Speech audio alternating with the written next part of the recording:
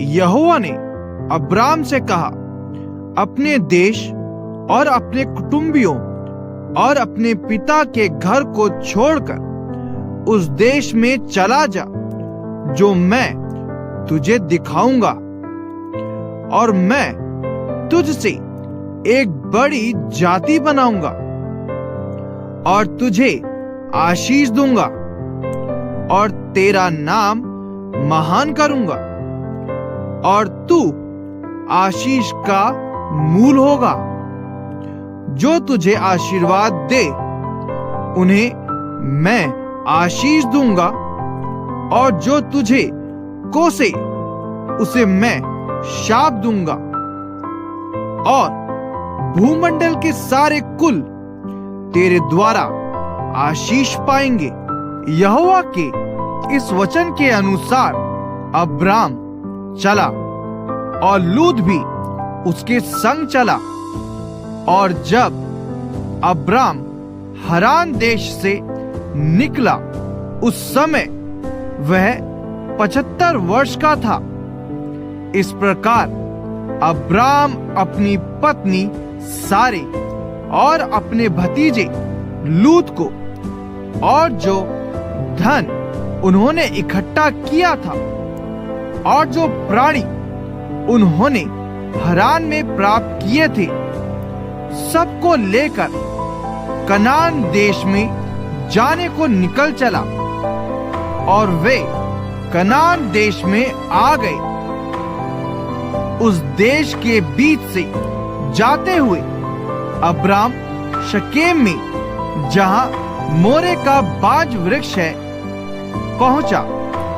उस समय उस देश में कनानी लोग रहते थे।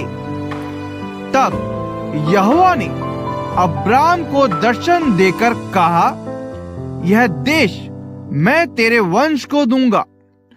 और उसने वहां यहोवा के लिए, जिसने उसे दर्शन दिया था, एक वेदी बनाई।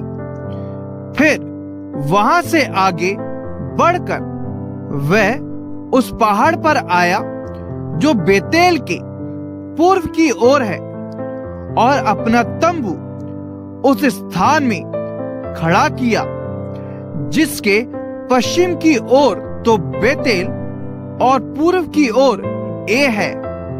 वहां भी उसने यहोवा के लिए एक वेदी बनाई और यहोवा से प्रार्थना की। और अब्राम आगे बढ़कर के दक्षिण देश की ओर चला गया।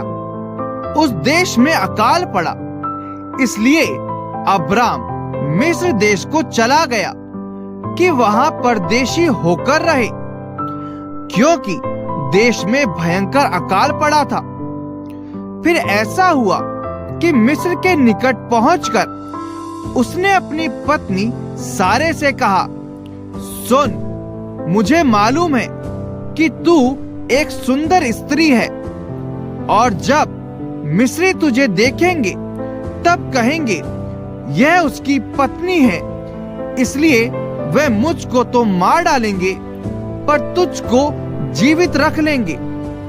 अतः यह कहना, मैं उसकी बहन हूं, जिससे तेरे कारण मेरा कल्याण हो और मेरा प्राण तेरे कारण बचे।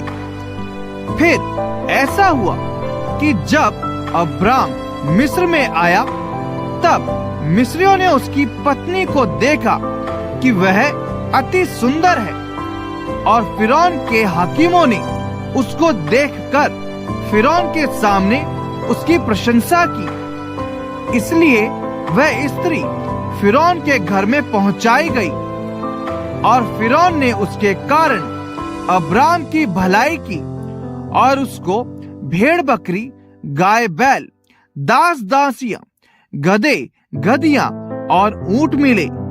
परंतु यहोवा ने फिरौन और उसके घराने पर अब्राम की पत्नी सारे के कारण बड़ी बड़ी विपत्तियां डाली। तब फिरौन ने अब्राम को बुलवाकर कहा, तूने मेरे साथ यह क्या किया? तूने मुझे क्यों नहीं बताया कि वह तेरी पत्नी है? तूने क्यों कहा कि वह तेरी बहन है। मैंने उसे अपनी ही पत्नी बनाने के लिए लिया, परंतु अब अपनी पत्नी को लेकर यहाँ से चला जा। और फिरौन ने अपने आदमियों को उसके विषय में आज्ञा दी और उन्होंने उसको और उसकी पत्नी को सब संपत्ति सहित जो उसकी थी विदा कर दिया।